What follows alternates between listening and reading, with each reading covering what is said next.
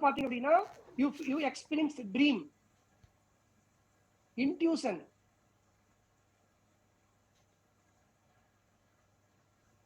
Flash, ஹஞ்சஸ்,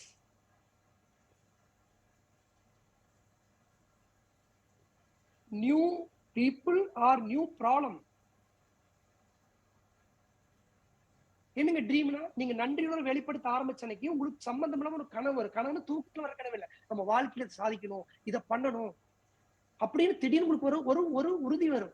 ஒரு கனவு உங்களை அறியாம தோணும், நம்ம வாழ்க்கையில் இந்த ஏரியால போய் டெவலப் பண்ணணும். எத்தனை பேருக்கு அது வந்துச்சு? இந்த 2 நாள் பிராக்டிஸ் பண்ண இல்லையா, திடீர்னு ஒரு ட்ரீம். நிறைய பேர் ஹேண்டைஸ் பண்ணாங்க. சில இன்ட்யூஷன் உங்களுக்கு உள்ள கைட் பண்ணும். இது நல்லபடியா ஃபர்ஸ்ட் நாள், இப்ப என்னை வந்து முதல் நாள் பயிற்சி இருப்பீங்க, நான் யாருன்னே தெரியாது, நீங்க சம்பந்தம்லாம் உங்க ஃப்ரெண்ட் உங்களுக்கு தெரியும். ஆனா மீட்டி என்ன பார்த்தோன்னே இவர் சொன்ன கரெக்டா இருக்கு, இன்னொருத்தர் இவன் பேசும்போது ஏதோ பொடி வச்சு இவன் எதை நம்மளை ஏமாத்த போறான் அப்படின்னு நம்ம உள்ளோட நம்மளுக்கு சொல்லிடும். ஒரு வேலைக்கு போனாலும் சரி, ஒரு நபரை பார்த்தாலும் சரி, நம்ம அது ஒரு இன்ஸ்ட்ரக்ஷன் கொடுப்போம். அதை நம்புங்க எப்பவுமே, அது கரெக்டா இருக்கு எப்பவுமே. பிளாஷ் என்னன்னா திடீர்னு ஒரு ஐடியா. இப்ப நீங்க ஒரு இருட்டுக்குள்ள போயிட்டு இருக்கீங்க, வழி எங்கேயே தெரியல, திடீர்னு மின்னல் அடிக்குது. இப்ப டக்குனு உங்களுக்கு வழி தெரியும், அந்த வழி பிடிச்சி அப்படியே நீங்க போக வேண்டிய இடத்துக்கு போவீங்க. அப்படி நீங்க ஒரு இடத்த உங்க இலக்கு நோக்கி போயிட்டு இருக்கும் போது என்ன பண்றதுன்னு தெரியாத போது இது போ அப்படின்னு ஒரு கைடன்ஸ் கிடைக்கும். இவங்க கிட்ட ஒரு போன் பண்ணி பேசுன்னு சொல்லும், இல்ல இந்த இடத்துக்கு போய் பாருன்னு சொல்லும், இல்ல இந்த புக் எடுத்து படின்னு சொல்லும். That's flash.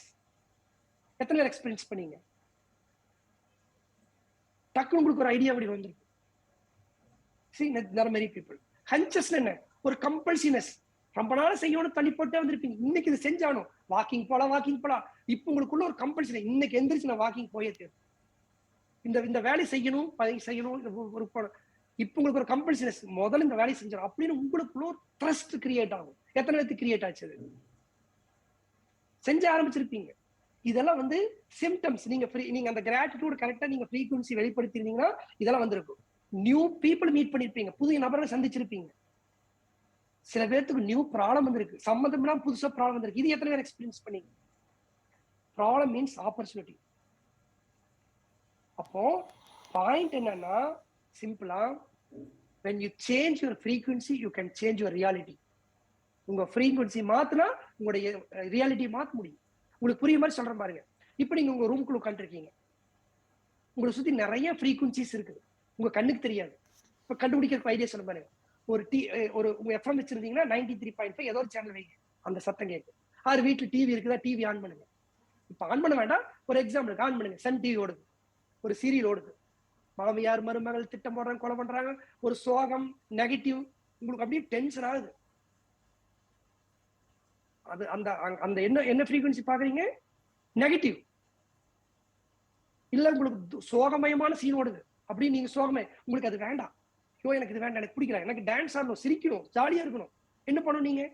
போய் அந்த ஸ்கிரீன் ஏதாவது பிடிச்சி மாத்த முடியுமா? இல்ல அந்த ஆளை சொல்ல முடியுமா ஸ்கிரீன்ல போயிட்டு? சிம்பிளா அந்த ரிமோட் எடுத்து அடுத்த சேனல் மாத்துங்க. ஆதித்யாவோ இல்ல சிரிப்பொலியோ இசையறியோ மாத்துங்க. மியூசிக் வருது, டான்ஸ் வருது, பாட்டு. இப்ப நீங்க ஜாலியா மாறிடுவீங்க. இப்ப நீங்க ஃப்ரீக்வன்சி மாத்தினீங்கன்னா உங்க ரியாலிட்டி மாறிடுது. உங்களுக்கு ஒண்ணு சொல்றேன் பாருங்க, நீங்க அந்த துக்கமான ஒரு சீரியல் பார்த்துட்டு இருந்தீங்கல்ல, அப்ப இந்த ஆதித்யா ஃப்ரீக்வன்சி அதே ரூமுக்குள்ள இருக்குது. இப்ப நீங்க வந்து இசையறிவியோ ஆதித்யா பாத்துருக்கீங்க, இப்ப அந்த சன் டிவியோடைய சீரியல் போற ஃப்ரீக்வன்சி இப்ப உங்க ரூமுக்குள்ள இருக்குது. இது மாதிரி உங்களை சுத்தி வந்து பாத்தீங்கன்னா பல கோடிக்கணக்கான ஃப்ரீக்வன்சி சுத்திட்டு இருக்குது. பட் நீங்க எதை டியூன் பண்றீங்களோ அது உங்க ரியாலிட்டி. இதைத்தான் அவர் என்ன பண்ணார், டாக்டர் டேவிட் ஹாக்கின்சன் வந்து பாத்தீங்கன்னா மெஷர் பண்ணி அவர் புக் எழுதியிருக்காரு, power versus force, map of consequences. இவர் என்ன சொல்றாரு, how to rise your level of கான்சியஸ்னஸ்ங்கிறாரு. உங்களுடைய அந்த ஃப்ரீக்வன்சி வந்து அவர் நெகட்டிவ் பாசிட்டிவ் சொல்ல, low consciousness, high or contracted consciousness, expanded கான்சியஸ்னஸ்ங்கிறாரு. அப்போ நீங்க வந்து பயத்துல இருக்கீங்க, ஒருத்தர் வெறுக்கிறீங்க, பொறாமை இருக்கீங்க, இந்த மாதிரிலாம் இருக்கும்போது உங்களுடைய வைப்ரேஷன் ரொம்ப லோல இருக்கும். நீங்க கிராட்டிடியூட், அமைதி, அன்பு இதெல்லாம் இருக்கும்போது உங்களுடைய வைப்ரேஷன் ஹைல இருக்கும்.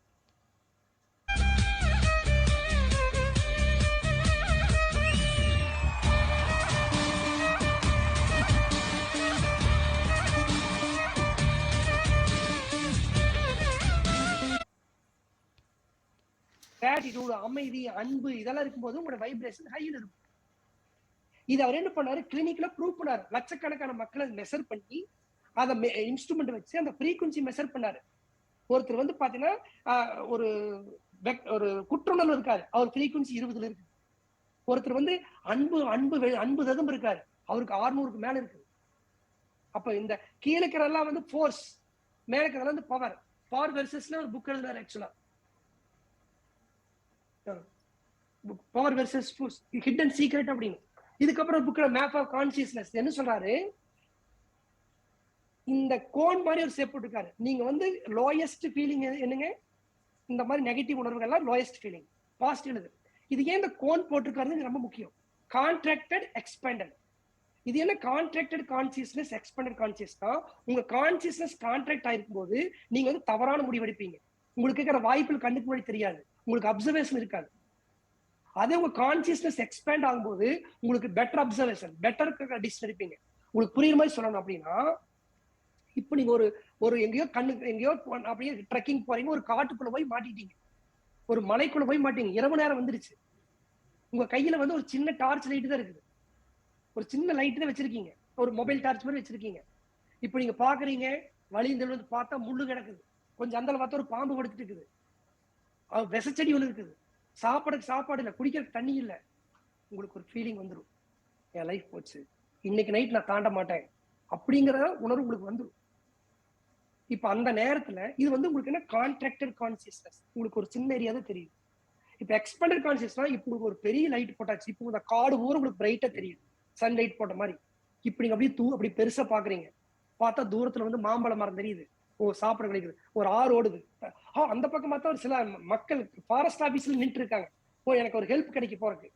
இப்ப உங்களுக்கு நம்பிக்கை வந்துடும். இப்ப அந்த இருட்டா இருக்கும் போது அதெல்லாம் இருந்துச்சா, அந்த மாம்பழம் ஆறு அந்த ஆறு இருந்தாங்க, ஆனா உங்க கண்ணுக்கு தெரியல. இப்ப அந்த முள்ளு செடி, விச செடி, அந்த பாம்பு இதெல்லாம் இருக்குதா, இருக்குது. இது எப்பவுமே ரெண்டுமே உங்களை சுத்தி இருந்துட்டு, positive negative it's always there. But நீங்க எதுக்கு டியூன் பண்றீங்க? அப்ப தி பிக்கெஸ்ட் சீக்ரெட் என்னன்னா, shift your frequency, shift the reality. இதுதான் லைஃப் சீக்ரெட், இதுதான் science. It can say spiritual science. அடுத்த வாரம் வந்து பாத்தீங்கன்னா பிசிக்ஸ் இது எப்படி ப்ரூவ் பண்ணுன்னு பார்த்துடலாம், குவாண்டம் பிசிக்ஸ் என்ன சொல்லுது அப்படின்னு. அப்போ shift your frequency, shift the reality. உங்களுக்கு பிடிச்ச மாதிரி வாழ்க்கை வாழ்றது யார் கையில் இருக்கு? இப்ப நீங்க வாழ்ந்துருக்கிற வாழ்க்கை காரணம் எப்ப பார்த்தாலும் புலம்பிட்டு நெகட்டிவ் சொல்லிட்டு கம்ப்ளைண்ட் பண்ணிட்டு இருந்தாதான் நீங்க கான்ட்ராக்டட் கான்சியஸ்ல வாழ்ந்துட்டு இருக்கீங்க. ஒரு சின்ன ஏரியாக்குள்ள உங்களுக்கு இருக்கிற பிரச்சனையை தான் கண்டு முன்னாடி தெரிஞ்சுட்டு இருக்கும், உங்களை தாண்டி வாய்ப்பு இருக்கிறது உங்களுக்கு தெரியாது. எல்லாரும் தான். No, it's not law of attraction. Confuse பண்ணிக்காதீங்க. நிறைய பேர் இந்த லா ஆஃப் அட்ராக்ஷன் கன்ஃபியூஸ் பண்ணிக்கிறாங்க. இந்த சீக்ரெட் படம் பார்த்துட்டு கார் ஓட்டி வச்சிருக்கேன், ஆல்டோ அடிச்சிருச்சு, ஆடி ஓட்டு ஆடி. Thought cannot become things. Thought cannot become. தாட்ங்கிறது வந்து இஸ் எலக்ட்ரிக் இன் நேச்சர். அது பிரெயின் ப்ரொடியூஸ் பண்றது, அது வந்து எலக்ட்ரிக் ஆகி உங்க செல் நியூரான் மூலமா பாடிக்கு வந்து டிரான்ஸ்ஃபர் ஆகும். But that cannot travel to the quantum field. Electric current வந்து மோடம் இல்லாம அது டிராவல் பண்ண முடியாது. It needs magnetic field. The feeling is the magnetic force, அது மேக்னெட்டிக் வேவ்ஸ். இந்த ரெண்டு தாட் அண்ட் ஃபீலிங் சேரும் போதா இட்ஸ் எலக்ட்ரோ மேக்னெட்டிக் வேவ்ஸ். அதுதான் வந்து பாத்தீங்கன்னா quantum field travel. That's a different subject. Already நிறைய பேசியிருக்கேன், வேற வீடியோஸ் இருக்குது. அப்போ உங்களுடைய நினைச்சது நடக்கணும், அந்த தாட் கரெக்டா இருக்கணும், அதுக்கு ரியல் அந்த தாட்டுக்கு தகுந்த மாதிரி ஃபீலிங் இருக்கணும். இது ரெண்டும் பத்தாது. Intention matters. சும்மா நினைச்சது நடந்தா என்ன ஆகுது வாழ்க்கைங்க? ஒரு அம்மா பையனை பத்தி எப்பாத்தாலும் ஆக்சிடென்ட் ஆயிரும், கவலை. அப்ப பையனுக்கு ஆக்சிடென்ட் ஆகிட்டே இருக்க வேண்டியது, உடம்பு செல்லாம் போக வேண்டியதுதான். நீங்க ஐயோ பாம்பு அடிச்சு பயந்துருப்பாங்க, எத்தனை பேருக்கு பாம்பு அடிச்சிருக்கு, அதெல்லாம் நடக்காது. அப்படி நீங்க பயந்துருக்கிறது எல்லாமே நடக்காது. Thought cannot become things. Thought added with feelings plus intention, that's the attraction. So it's a different. It's நான் சொன்னது இப்ப not a law, it's a law of communication. இப்ப என்ன வேணுங்கிற பத்தி நம்ம பேச வரல. அதனால நீங்க வந்து இவ்வளவு பணம் வேணும், கார் வேணும்னு நினைக்காதீங்கன்னு உங்களுக்கு பள்ளி சொல்லிட்டு ஆரம்பிக்கும் போது, எதை பத்தி surrender to the universe, just to exhibit the broadcast the gratitude feeling. கிளியருங்களா? So don't confuse law of attraction. நிறைய பேர் இந்த சீக்ரெட் பார்த்துட்டு தெளிவா புரிஞ்சுக்காம எனக்கு இவ்வளவு பணம் வேணும், எனக்கு இந்த கார் வாங்கணும் அப்படின்னு எழுதிட்டு இருக்காங்க. அதெல்லாம் நடக்காது. அது நடக்கணும் அப்படின்னா you have to understand the science.